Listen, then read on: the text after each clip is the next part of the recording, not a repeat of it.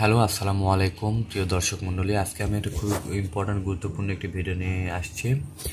আমরা অনেকেই কম্পিউটারের অনেক ক্যাশ ডিলিট করি, ক্যাশ ফাইল যেগুলো আছে বিভিন্নভাবে ডিলিট করি কম্পিউটারের হার্ড ডিস্কে বা কম্পিউটারের বিভিন্ন জায়গায় যেগুলো ক্যাশ ফাইল থাকে। তো আজকে আমরা কম্পিউটারের র্যামের যে ক্যাশ ফাইল থাকে সেটি আমরা ক্লিয়ার করব। আপনারা দেখতে পাচ্ছেন, আপনারা অনেকে জানেন না র্যামেও ক্যাশ ফাইল কিছু জমে। দেখেন আমার 5.6 জিবি আমার র্যামে ক্যাশ ফাইল জমছে। তো এগুলোকে আমি এখন ডিলিট করব। কিভাবে ডিলিট করব জানতে আমার সাথেই থাকুন।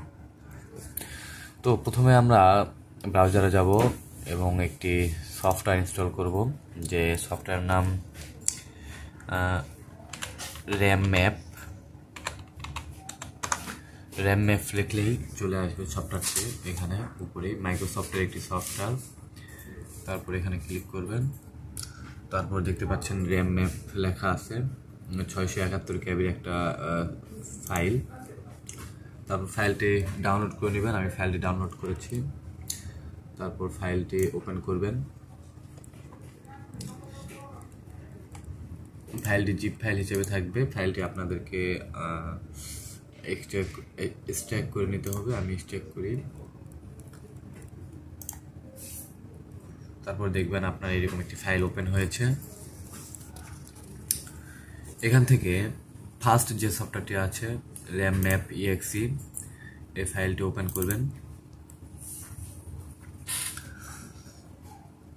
তারপর ইয়েস করবেন। তারপর কিছু পারমিশন আসবে, আপনারা পারমিশনগুলো ওকে করে দিবেন বা ইয়েস করে দিবেন। তো আমি আজকে আপনাদেরকে দেখাবো র্যামের ক্যাশ কিভাবে ক্লিয়ার করতে হয়। তো আমার সফটওয়্যারটা ওপেন হয়েছে, দেখতে পাচ্ছেন এটি আমার র্যামের ক্যাশ ক্লিয়ার করার একটি সফটওয়্যার।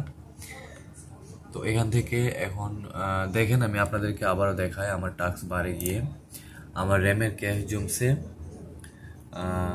5.5 GB 5.5 GB. তো এখন আমরা দেখতে পাচ্ছেন এখানে সফটওয়্যারে চলে আসলাম। তারপরে এই ইফটিতে ক্লিক করবেন এখানে। তারপরে এখানে ক্লিক দেওয়ার পরে একদম নিচেরটায় দেখতে পাচ্ছেন ইমতি স্ট্যান্ড বাই লিস্ট। এই স্ট্যান্ড বাই লিস্টে ক্লিক করার সাথে সাথে আমার র্যামটি ক্লিয়ার হয়ে যাবে। আমি আপনাদেরকে দেখাচ্ছি, অলরেডি ক্লিয়ার হয়ে গেছে যত সম্ভব। আমি আমার টাস্ক বারে যাই। এই তো দেখেন, দেখতে পাচ্ছেন